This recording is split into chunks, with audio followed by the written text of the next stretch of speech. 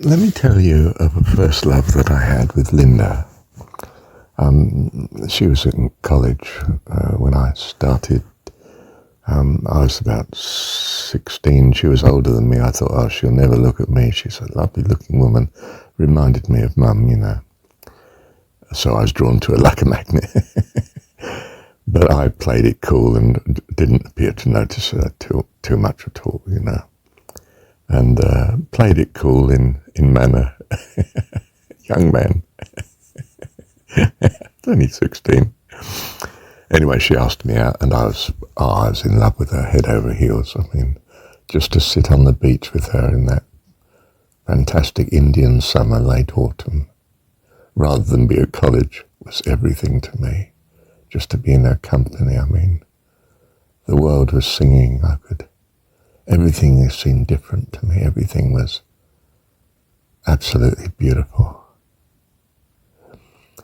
She wasn't in love with me, but she was very kind to me. Absolute blessing. I loved her to bits. She actually loved someone else, but he was away for a while, and he came back after a few months, and, well, you can imagine I just lost everything when that happened.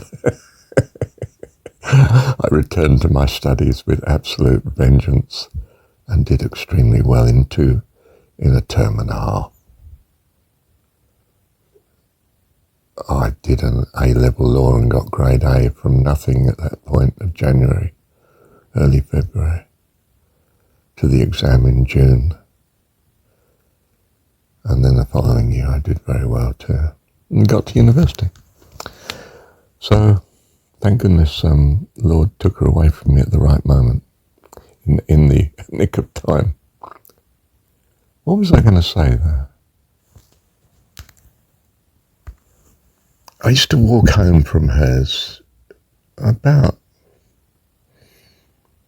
well, possibly 5 miles, even 6 miles. In the dead of night, you know, past midnight. Street lighting, good street lighting. Well, pretty good. For those days. We're talking about, don't know, 1963, 64. And I'd be whistling at the top of my voice in the dead of night, walking the streets.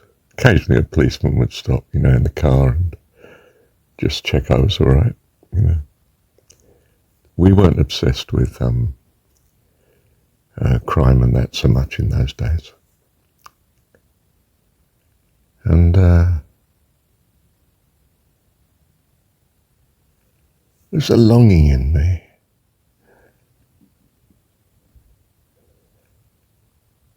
It's something to do with my relationship with Linda. A greater longing than I'd ever experienced quite before. I don't mean for God, or not consciously, you see what I mean? But for meaning and purpose and the greatness of life. I suppose I was getting tremendous energy from the love, the loving. I mean, such that I could walk home happily, alone at that time of the morning. I had everything. I had this relationship with this lovely girl. And she was a good soul to me in her way. Gosh, she was good.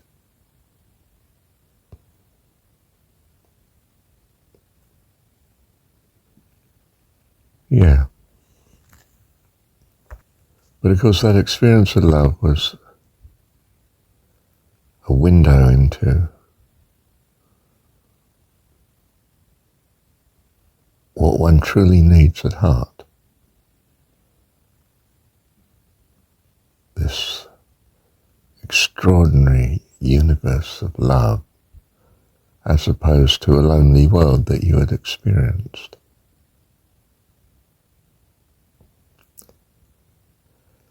And it inspired.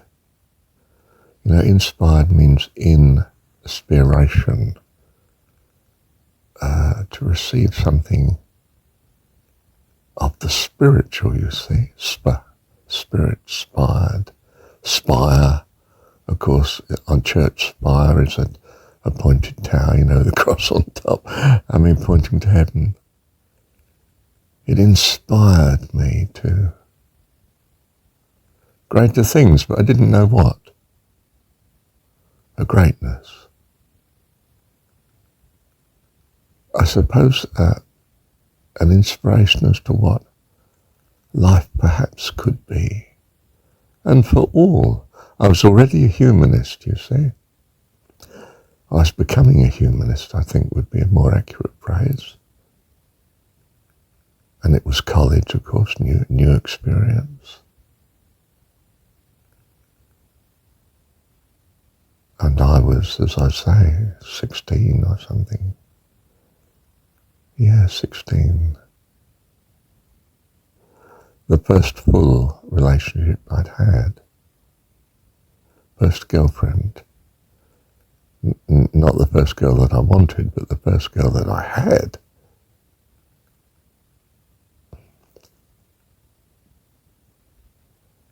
And she built me up.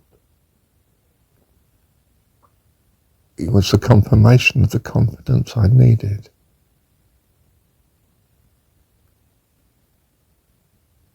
She was such a blessing to me.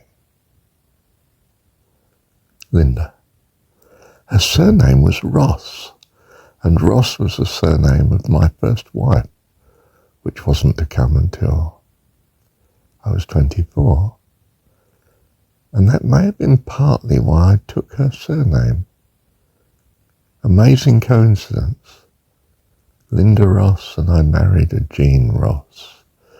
And so we took the surname and I became Marshall Ross for the duration of the 18 years of that marriage. With my first son, of course, Lawrence Ross. Ross is a Scottish name. Her dad's side came from Aberdeenshire, a fishing port coast, tiny village on the coast, bleak coast. You know, the trees have gone basically from up that way. They went for the English Navy, I think, a few hundred years ago. It's the east coast, but the air in the morning is incredibly fresh. The purest air I'd ever breathed, and I live on the east coast down south, Essex, you see. But even so, it was lovely and clear and beautiful. I remember the lighthouse there, up that way. I think I'm not being confused in saying that. You know, life gets a bit fuzzed together with various experiences. I see your face in every sunrise. The colours of the morning are in your eyes. The world awakens at the break of your day. I look up to the sky and say, you're beautiful.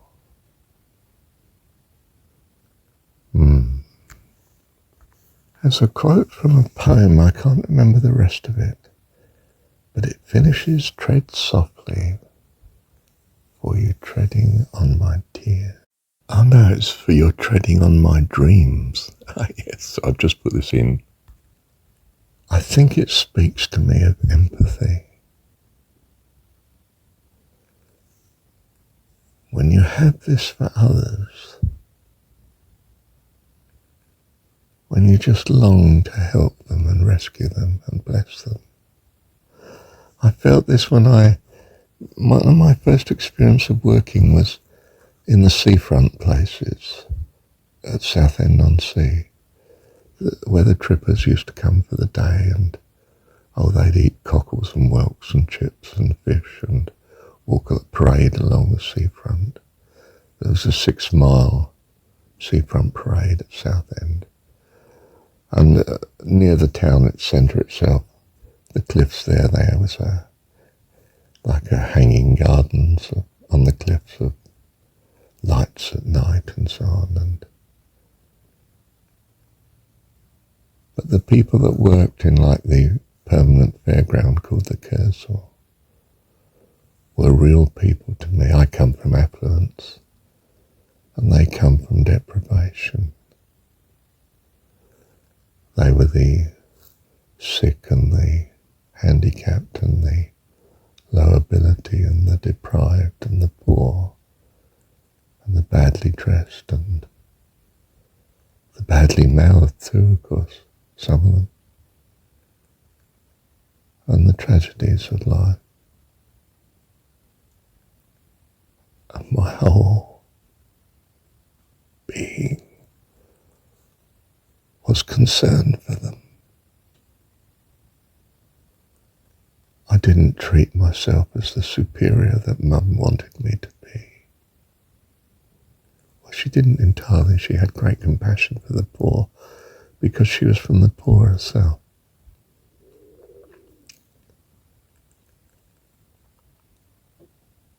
I just felt I wanted to rescue them all and had no idea where to begin other than to be friendly and accept them just as they were. Every sadness and perversion under the sun, every addiction, every lack, every need.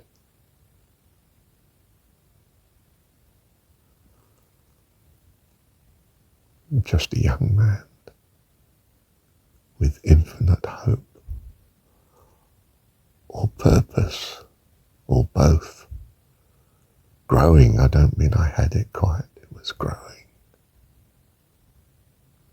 By the grace and the love of God, whom I didn't know, of course, who was powering me along every day. Well, what seemed like it. One was coping with youth, of course, and needs and all the rest of it.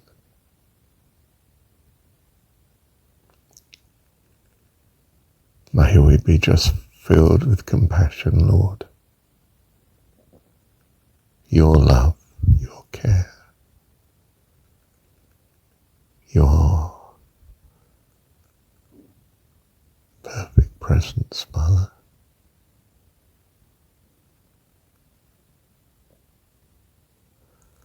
Love you, Heavenly Dad.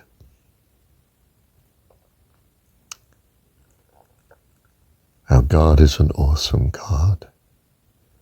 He reigns in heaven above, in wisdom, power, and love. Our God is an awesome God. Thank God. Thank you, Heavenly Dad.